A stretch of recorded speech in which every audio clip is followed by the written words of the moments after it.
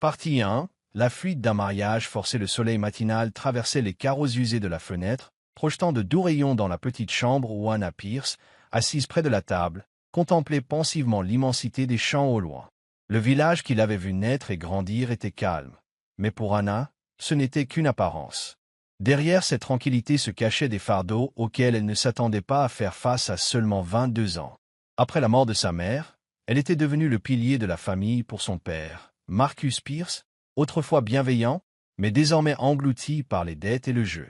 Chaque jour, les sommes qu'il perdait grandissaient, et quand il n'eut plus de quoi rembourser, il en vint à parier ce qu'il avait de plus précieux, l'avenir de sa propre fille. « Anna, tu vas épouser le fils de M. Carter.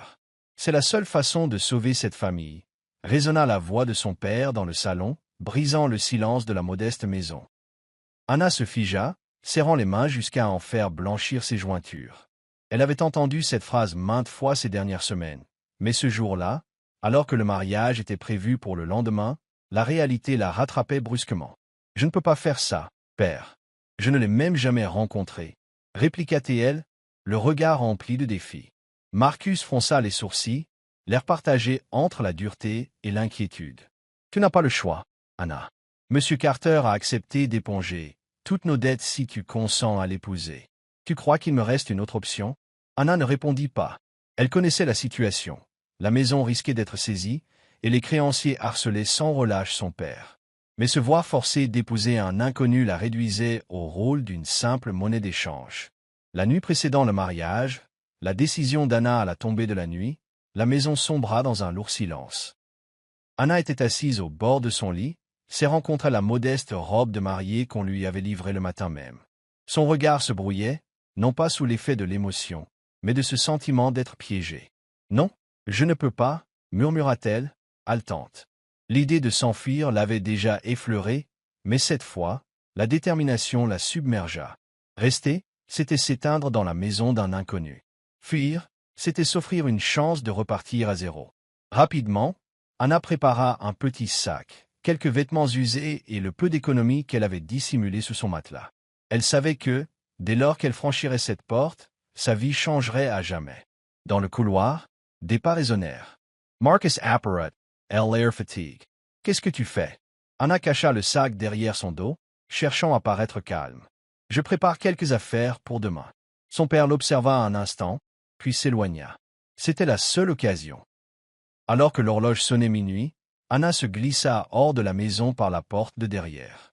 Le train vers la grande ville partait à l'aube. Dans le wagon, elle se recroquevilla près de la fenêtre, regardant les arbres défiler dans un flou vert et brun. Son esprit restait confus, mais elle ne regrettait rien. À l'apparition des premières lueurs du jour, elle mit pied dans l'agitation urbaine, convaincue que, malgré toutes les incertitudes, la ville lui offrirait un nouveau départ. Cependant, le destin avait déjà tout prévu pour qu'elle croise la route de Daniel Everett, un millionnaire aussi solitaire que froid. Une rencontre en apparence fortuite, qui marquerait pourtant le début d'une histoire qu'Anna n'aurait jamais pu imaginer. Bienvenue dans l'histoire du jour. Dites-nous en commentaire de quelle ville vous nous regardez et n'oubliez pas de vous abonner pour ne rater aucune histoire riche de sens. Partie 2. La rencontre fatidique, une demande inattendue. La ville grouillait d'activités au petit matin. Mais pour Anna, elle n'était qu'un dédale sans issue. Elle erra d'un endroit à l'autre, toquant aux portes des petits restos, des boulangeries et des échoppes, cherchant un emploi. La réponse était toujours la même. Nous cherchons quelqu'un d'expérimenté. Désolé, nous ne recrutons pas pour le moment. Anna Sarah Les Levres, crispant la sangle de son sac. Les maigres billets qu'elle possédait ne suffiraient pas à subvenir à ses besoins plus d'une semaine si elle ne trouvait pas rapidement du travail. Elle ne pouvait retourner chez elle. Refaire marche arrière signifiait se jeter dans le mariage qu'elle venait de fuir. Après une longue matinée éprouvante, Anna pénétra dans un petit café niché au détour d'une rue passante. Elle s'installa à une table isolée, soupira et s'offrit le luxe d'une tasse de café chaud, toute rareté qu'elle se permettait en cet instant. Assise là, ses yeux vagabondèrent sur les autres clients. Soudain, son regard s'arrêta sur un homme seul, dans un coin. Il portait un élégant costume noir, mais affichait une certaine raideur dans sa posture. Ses cheveux foncés étaient soigneusement coiffés en arrière, et ses yeux gris-bleus dégageaient une lassitude à peine voilée. Daniel Everett, son Hea, Anna, intriguée. Elle avait entendu parler de lui. Un jeune millionnaire, héritier du groupe Everett, célèbre dans le monde de la finance. On disait qu'il possédait des dizaines de gratte-ciel et d'hôtels de luxe. Mais la rumeur ne portait pas seulement sur sa richesse immense. Selon la presse, Daniel n'avait jamais laissé personne percer son intimité. On le surnommait le « millionnaire de glace », insensible à l'amour et aux relations personnelles. Alors qu'Anna s'égarait dans ses pensées, Daniel leva soudain les yeux. L'espace d'un instant, leurs regards se croisèrent. Anna sentait son cœur s'emballer. Pourtant, au lieu de détourner les yeux, elle soutint bravement son regard. Une idée audacieuse lui traversa l'esprit. Respirant à fond, Anna se leva et alla directement à la table de Daniel. « Excusez-moi, je peux m'asseoir » demanda-t-elle, la voix douce mais résolue. Daniel, fronçant légèrement les sourcils, n'afficha pourtant aucun signe d'agacement. Un léger hochement de tête l'autorisa. Anna tira une chaise et s'assit face à lui. Après une courte hésitation, elle lâcha ce qui lui brûlait les lèvres. « Voulez-vous m'épouser » Daniel, qui s'apprêtait à porter la tasse de café à ses lèvres, s'immobilisa. Posant lentement la tasse, il la dévisagea, partagé entre la surprise et la curiosité. « Pardon, qu'avez-vous dit » Anna planta son regard franc dans le sien. « J'ai besoin d'un mariage, de façade. Vous n'avez pas besoin de m'aimer, et je promets de ne pas m'immiscer dans votre vie. Ce sera uniquement sur le papier. » Daniel resta silencieux quelques instants, ses yeux reflétant l'incompréhension. « Et pourquoi j'accepterais une chose pareille » Anna mordit sa lèvre, laissant transparaître toute sa sincérité. « Je dois échapper à un mariage que je ne souhaite pas. Je n'ai pas d'autre option. Je sais que c'est insensé, mais je vous en prie, aidez-moi. Je garderai tout secret, je ne perturberai pas votre quotidien. Et si un jour vous voulez divorcer, j'accepterai aussitôt. » Daniel posa son menton sur sa main, jaugeant cet inconnu qui lui tenait un discours invraisemblable. Pourtant, il perçut dans le regard d'Anna qu'elle ne cherchait pas à l'exploiter. Un rictus effleura la commissure de ses lèvres. « Vous me prenez pour quelqu'un qui se marierait avec la première venue? Juste pour un service ?» Anna répondit sans ciller. « Je crois surtout que vous êtes le genre d'homme qui ne croit pas à l'amour. Et vous n'aimez pas qu'on vous dérange, n'est-ce pas? Moi en place. » Daniel jeta un coup d'œil à la vitrine. Sa mère, Victoria, le pressait depuis des mois pour un mariage arrangé avec une héritière de leur rang, afin de consolider la réputation de la famille et l'image du groupe. Il avait catégoriquement refusé, sans parvenir à échapper à cette pression constante. À présent, se dessinait une opportunité, un mariage sans sentiment, ni obligation. Daniel reporta son attention sur Anna. « Tu n'y regretteras pas » Anna secoua la tête. « Non. Et je partirai dès que vous me le demanderez. » Le sourire en coin de Daniel se fit plus discret. « D'accord. Épousons-nous. » Moins d'une semaine plus tard, ils se marièrent à la mairie. Point de robe somptueuse, ni de parterre de fleurs. Simplement eux deux et quelques témoins. Anna sortit de l'édifice, une alliance au doigt, une vie nouvelle l'attendant. Elle ignorait encore que ce qui n'était qu'un simple accord changerait radicalement son destin. Partie 3. Une tendresse naissante lorsqu'Anna mit pour la première fois les pieds dans le manoir des Everett, elle eut l'impression de pénétrer dans un autre monde. Les plafonds vertigineux, les lustres scintillants, les sols en marbre éblouissant, tout respirait la magnificence. Pourtant, un froid étrange y régnait. Daniel la conduisit le long d'un vaste couloir jusqu'à une chambre isolée au fond du 2e étage. « Ce sera ta chambre. Si tu as besoin de quoi que ce soit, demande à la gouvernante, » dit-il d'un ton neutre, sans émotion. Anna acquiesça, serrant la poignée de sa petite valise. Elle comprit vite que cette vie de couple se résumerait à partager le même toit qu'un inconnu. Daniel était rarement présent, quittant la maison aux aurores et revenant tard le soir. Lorsqu'ils se croisaient, c'était pour échanger quelques formules de politesse. Le reste du temps, c'était le silence. Au dîner, Anna cuisinait souvent, mais Daniel n'était presque jamais là pour manger avec elle. Elle laissait donc un plat sur la table, puis se retirait dans sa chambre avec un livre ou s'occupait dans le jardin. Magnifique, le manoir manquait pourtant cruellement de chaleur. Anna s'était mise en tête d'y remédier, commençant par le jardin à l'arrière, jadis foisonnant de fleurs, à présent envahi de mauvaises herbes. Chaque matin, elle retroussait ses manches et s'employait à rendre sa splendeur au jardin, section par section. Nouvelle plantation, taille des haies, arrosage. Elle y passait des après-midi entières, à soigner la terre malmenée.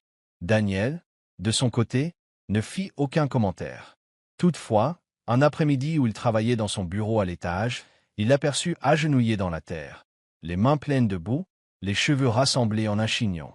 Pour la première fois, quelque chose s'agita discrètement en lui. Anna continuait de préparer à manger chaque soir.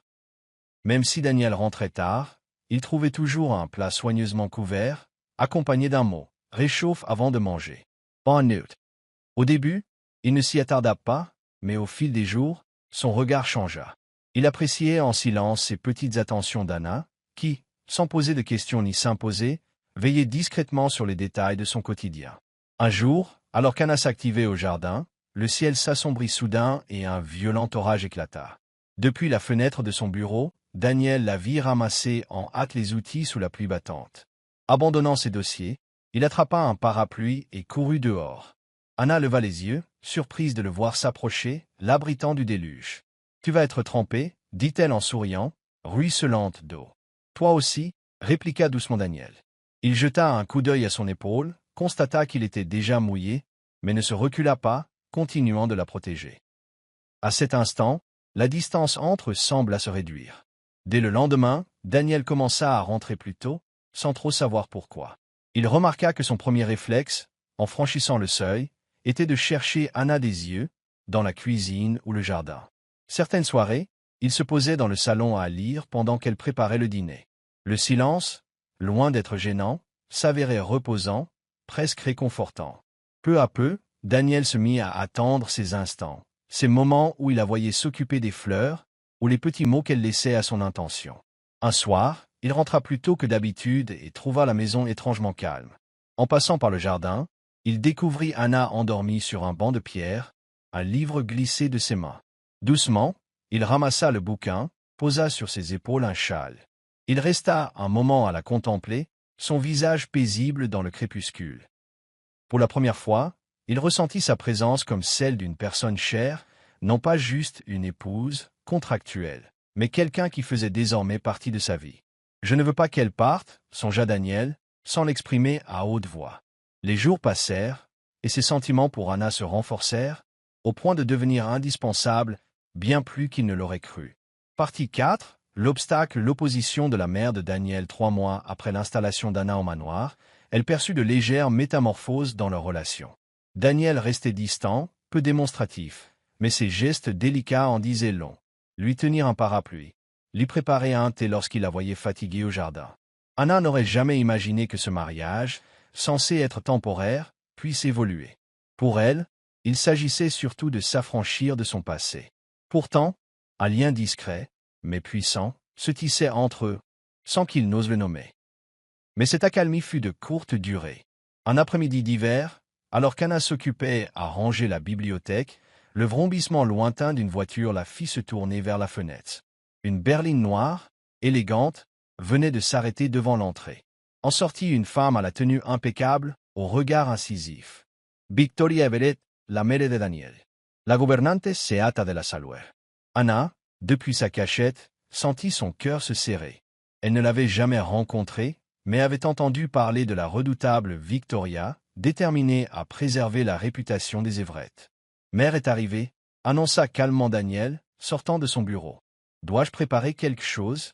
demanda Anna, la voix légèrement tremblante. Daniel secoua la tête. « Inutile. On ne change pas ses idées si facilement. » Victoria entra dans le vaste salon, balayant du regard chaque recoin, comme pour y dénicher le moindre faux pas. Daniel s'installa en face d'elle. Anna, mal à l'aise, resta en retrait, indécise entre rester ou s'éclipser. « Tu ne nous présentes pas ?» fit Victoria d'une voix polie, mais déjà marquée d'une certaine froideur. Daniel lança un regard à Anna, puis revint à sa mère. « Voici Anna, ma femme. » Les lèvres de Victoria s'étirèrent en un sourire presque imperceptible, teinté de mépris. « Ta femme, une jeune fille sans nom de famille reconnue, sans grande éducation, sans notoriété ?»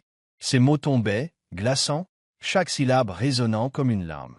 Anna sentit ses joues s'échauffer, mais garda son calme. « Je t'ai déjà dit, mère, c'est mon choix, » trancha Daniel d'un ton ferme, n'admettant aucune discussion. Victoria se tut pour le reste de l'après-midi, mais son regard sévère parlait pour elle.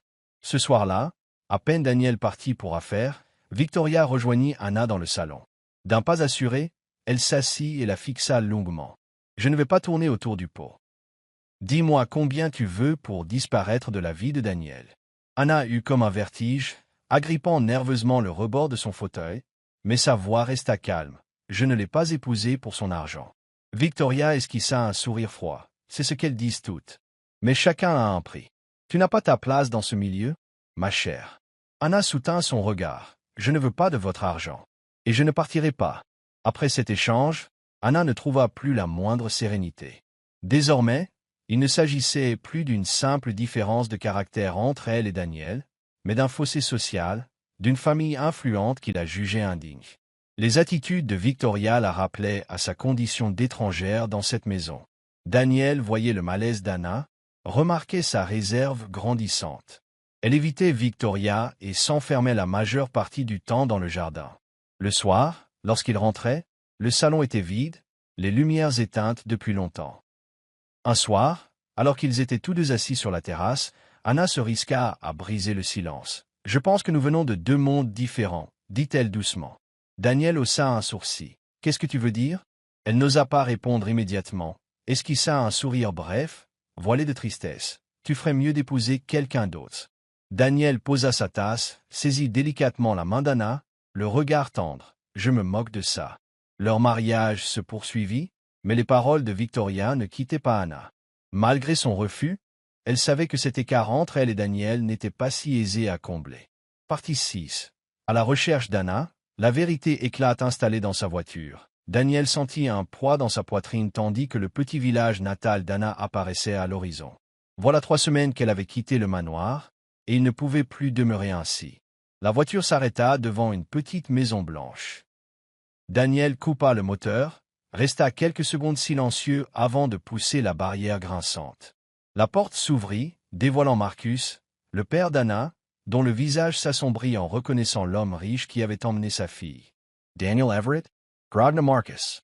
Bonjour, monsieur, fit Daniel en inclinant légèrement la tête. Je viens chercher Anna. Anna n'est pas ici. Elle a quitté ton manoir, pas vrai? Je m'en doutais. Elle ne tiendrait pas longtemps, là-bas. Daniel pinça les lèvres. Il ne s'attendait pas à l'amabilité de Marcus, mais il était déterminé. Savez-vous où elle pourrait être? Marcus le toisa un long moment, les bras croisés sur sa poitrine. T'as oublié la dernière fois que tu es venu? Tu lui as passé la bague au doigt juste, avant son mariage forcé. Marcus émit un ricanement amer. Anna ne voulait pas de ce fiancé imposé, répondit calmement Daniel. Vous saviez qu'elle n'aurait pas été heureuse. Marcus scruta Daniel, semblant jauger sa sincérité. Et toi, tu crois pouvoir la rendre heureuse? Daniel demura silencieux. Il n'avait pas prévu que leur union prenne cette tournure. Au départ, il avait surtout cherché à l'aider, mais ses sentiments étaient devenus bien réels. Je l'ignore, lâcha-t-il finalement, la voix grave. Mais je sais que je ne peux pas la perdre. Devant cet aveu, le regard de Marcus s'adoucit imperceptiblement. Il s'écarta, entre. Le salon était modeste, chaleureux. Quelques photos de famille ornaient le mur. L'une d'elles, sur une petite table, montrait Anna enfant, souriante au pied d'un grand chêne.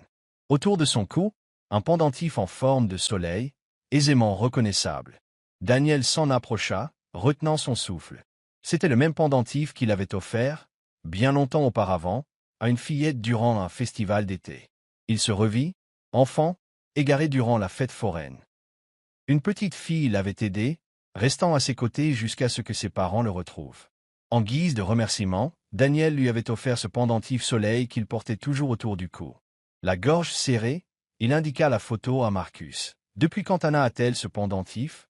Marcus haussa les épaules. Elle l'a depuis toute petite. Elle racontait que ça venait d'un ami rencontré à une fête. Daniel sent it son, Kerr, Essemballer.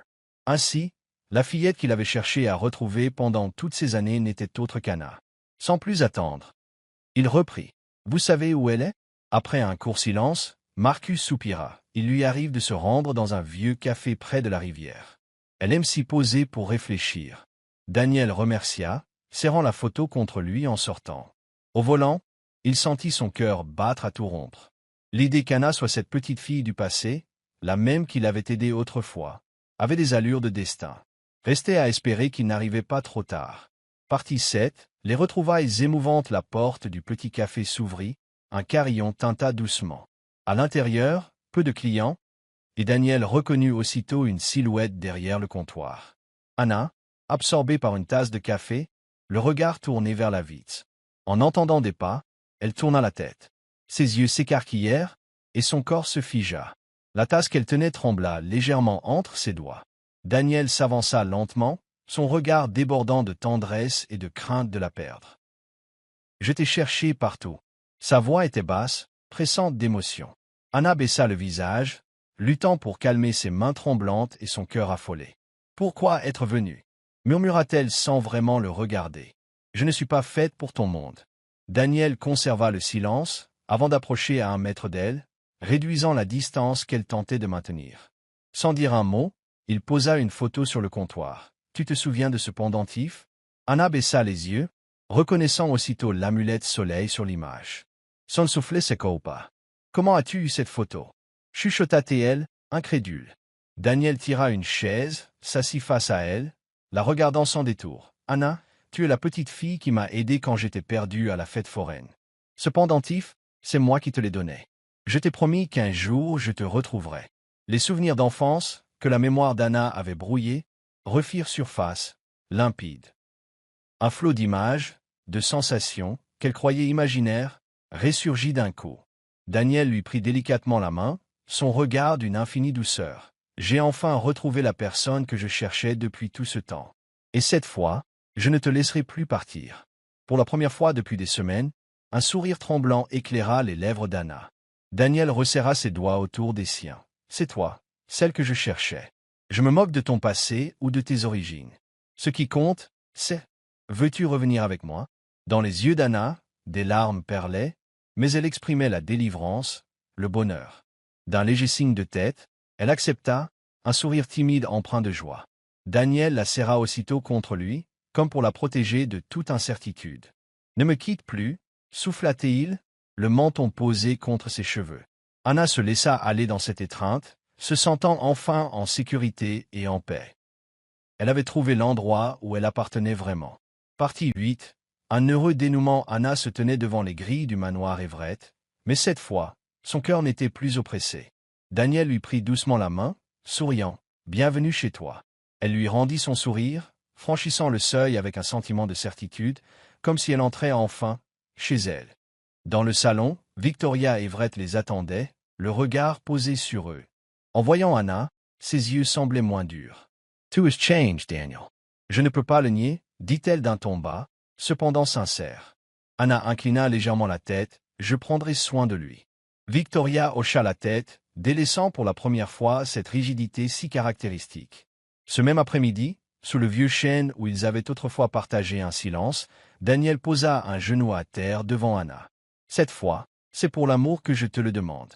Veux-tu m'épouser, Anna ?» Les larmes revinrent dans les yeux d'Anna, empreintes d'émotion. D'une voix tremblante, elle souffla. « Oui, je le veux. » Daniel sourit, glissant la bague à son doigt. « Je t'aime, Anna. Je t'aime aussi. » La cérémonie fut simple, organisée dans le jardin du manoir. Anna portait une robe blanche toute discrète, resplendissant au couchant du soleil. En remontant l'allée, elle croisa le regard de Daniel, débordant d'une joie contenue. Victoria, assise au premier rang, observait la scène avec un sourire rare, soulagée de voir son fils trouver enfin le bonheur qui lui manquait. Quand les invités se dispersèrent, Daniel étreignit Anna, la serrant tendrement. « As-tu des regrets ?» lui demanda-t-il dans un murmure complice. Anna posa la tête contre son épaule, secoua lentement la tête. « Non.